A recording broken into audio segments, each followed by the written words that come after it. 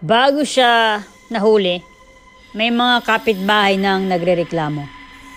May kakaibang amoy daw sa apartment. Parang nabubulok. Parang may patay na hayop. Pero sabi niya, sira lang ang freezer. Kaya madalas siyang masiraan ng mga karne. At naniwala sila. Ilang buwan bago nila nalaman, hindi sirang karne ang naaamoy nila, kundi mga taong hindi na nakauwi. At ang lalaking may paliwanag sa lahat ay matagal nang may tinatagong bangungot sa loob ng kanyang apartment. May 21, 1960, Milwaukee, Wisconsin. Isang batang ipinanganak sa pamilyang mukhang normal sa labas. Ang tatay niya ay si Lionel Dahmer, isang chemist, logical, tahimik, hindi showy sa emosyon, at madalas wala sa bahay dahil sa trabaho. At ang nanay naman niya, si Joyce Dahmer, laging may iniinom na gamot.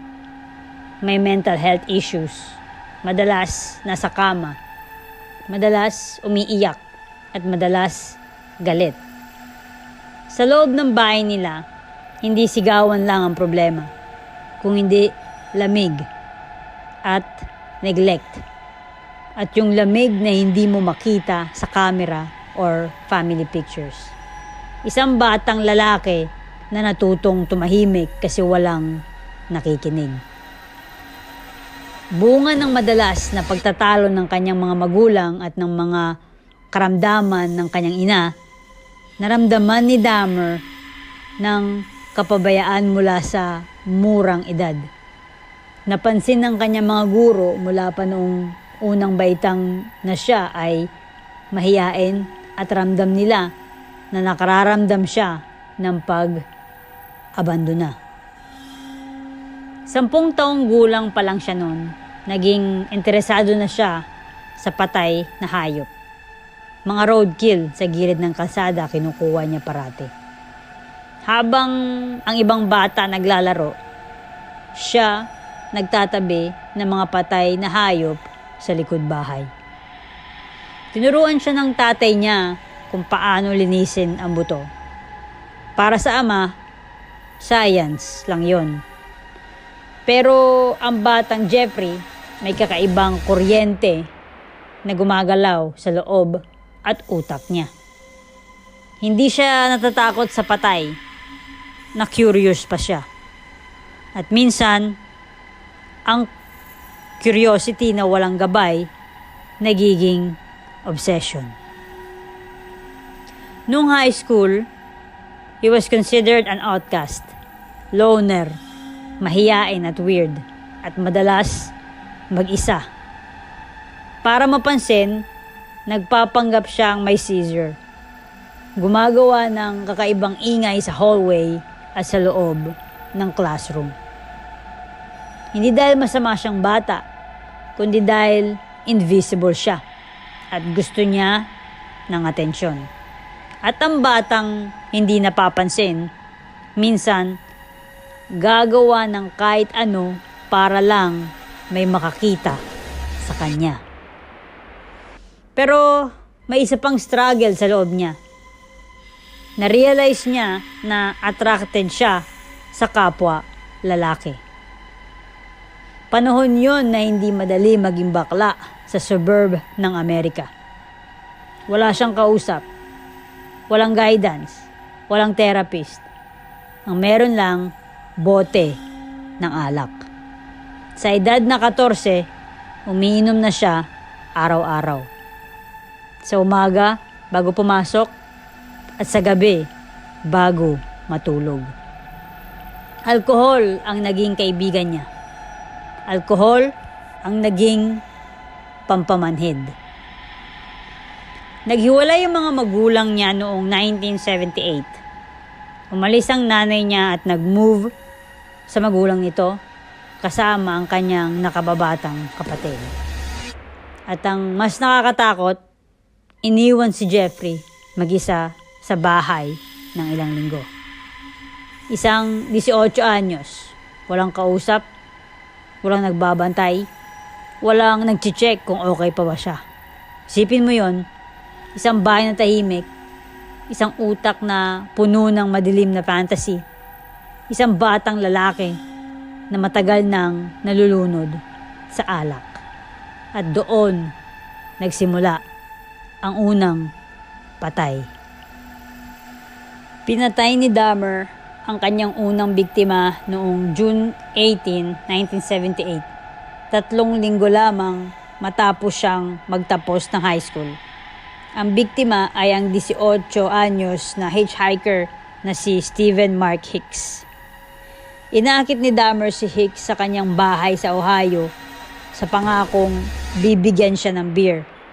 Nang subukang umalis ni Hicks, hinampas siya ni Dahmer ng 2 beses gamit ang 10-pound dumbbell at saka sinakal hanggang mamatay. Pagkatapos, pinutol ni Dahmer ang katawan sa basement. Tinunaw ang laman sa asido at dinurog ang mga buto gamit ang sledgehammer bago niya ikalat ang mga ito sa kagubatan sa likod ng bahay ng kanyang pamilya. Matapos ang unang pagpatay, hindi muling pumatay si Dahmer sa loob ng 9 na taon. Sa panganahong ito, siya ay nag-enroll sa Ohio State University. Ngunit huminto dahil sa matinding pag-abuso sa alak. Sumali siya sa US Army bilang medical specialist na naglingkod sa West Germany hanggang siya ay na honorably discharged noong 1981 dahil sa patuloy na kalasingan. Pagkatapos, lumipat siya sa West Allis, Wisconsin noong 1982 upang manirahan kasama ang kanyang lola. Sa panahong ito, sinimulan niyang akitin ang mga lalaki sa bahay ng kanyang lola upang lagyan sila ng droga. Ngunit ang mga unang pagtatangkang ito ay hindi nauwi sa pagpatay. Muli nagsimulang pumatay si Dahmer noong September 1987 na sinimulan ang isang sunod-sunod na serye ng pagpatay na kalaunan ay lumipat mula sa bahay ng kanyang lola patungo sa kanyang sariling apartment. Isa sa mga napag-usapan ng todo noon at halos muntik na siyang mahuli ay ang kaso ni Dahmer na nangyari noong May 27, 1991. Tumakas mula sa apartment ni Dahmer ang 14 anyos na si Conirac Sitamsompone at natagpuan na high at hubad sa kalye. Pinaniwala ni Dahmer ang mga pulis na rumisponde na ang batang lalaki ay ang kanyang 19 anyos na kasintahan at nagkaroon lamang sila ng lover's quarrel.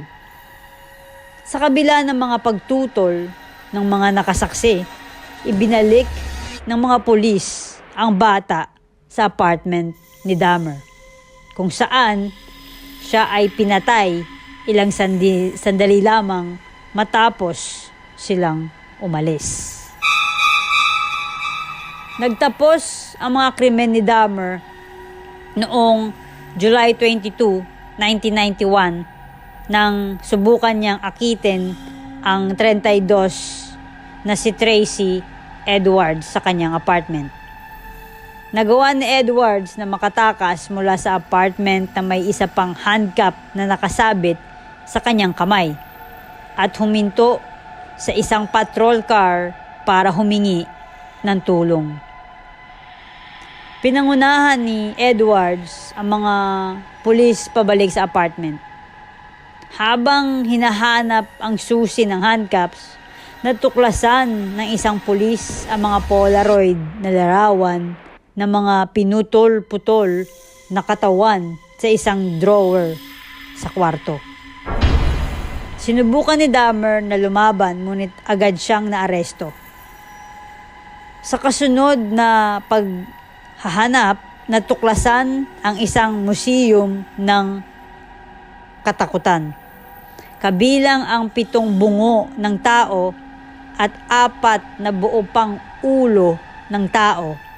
Ang isa ay nasa loob ng ref. At isang 57-gallon drum na naglalaman ng 3 bahagyang skeletonized na katawan na nabubulok sa mga kemikal. Mga ebidensya ng kanibalismo, kabilang ang mga labi ng tao na itinago sa freezer. Sa huli, inamin ni Dahmer ang pagpatay ng 16 katao at nahatulan noong 1992 ng 15 na magkakasunod na habang buhay na sentensya sa Wisconsin. Namatay si Dahmer noong umaga ng November 28, 1994. Matapos siyang bugbugin hanggang mamatay ng isang kapwa preso sa Columbia Correctional Institution sa Portage, Wisconsin.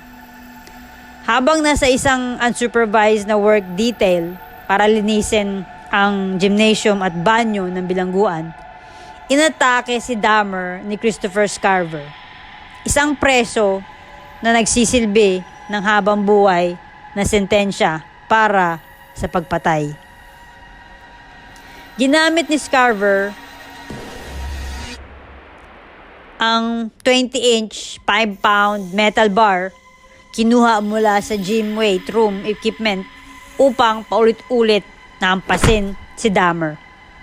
Natagpuan ng mga gwardiya si Dahmer sa sahig ng banyo bandang 8:10 ng umaga na may malubhang pinsala sa ulo.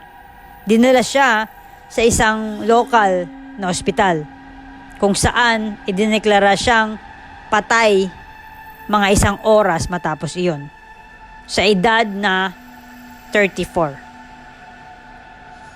Alam nyo, hindi lahat ng batang galing sa magulong bahay nagiging halimaw.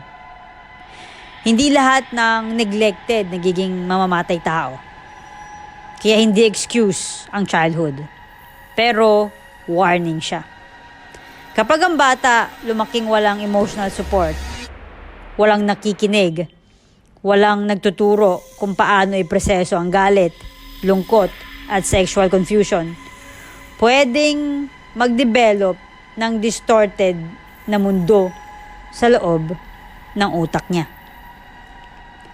At kapag pinagsama mo ang isolation, addiction, obsession, untreated mental issues, at matinding abandonment fear, pwede kang makagawa ng taong hindi na marunong makaramdam ng empathy.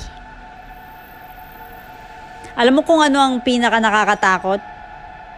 Hindi siya mukhang halimaw. Isa siyang kaklase, kapitbahay, kaibigan, at anak na mulat sa mula hindi naramdaman na may nagkikare sa kanya. Ang tunay na horror ng kwentong ito ay hindi lang ang ginawa niya, kundi ang katotohanang maraming senyales ang nakita pero hindi naagapan. Maraming pagkakataon na pwede siyang natulungan pero walang seryosong tumingin sa lalim ng problema. Ang kwento ni Jeffrey Dahmer ay hindi kwento ng born evil. Ito ay kwento ng unhealed trauma, untreated addiction, at isang sistemang hindi marunong mag-intervene sa oras na kailangan. Hindi para kaawaan siya, kundi para maintindihan natin na ang sugat ng bata, kapag pinabayaan, pwedeng maging sugat ng iba. At minsan, ang halimaw na kinakatakutan natin sa dilim ay dating batang walang nakinig.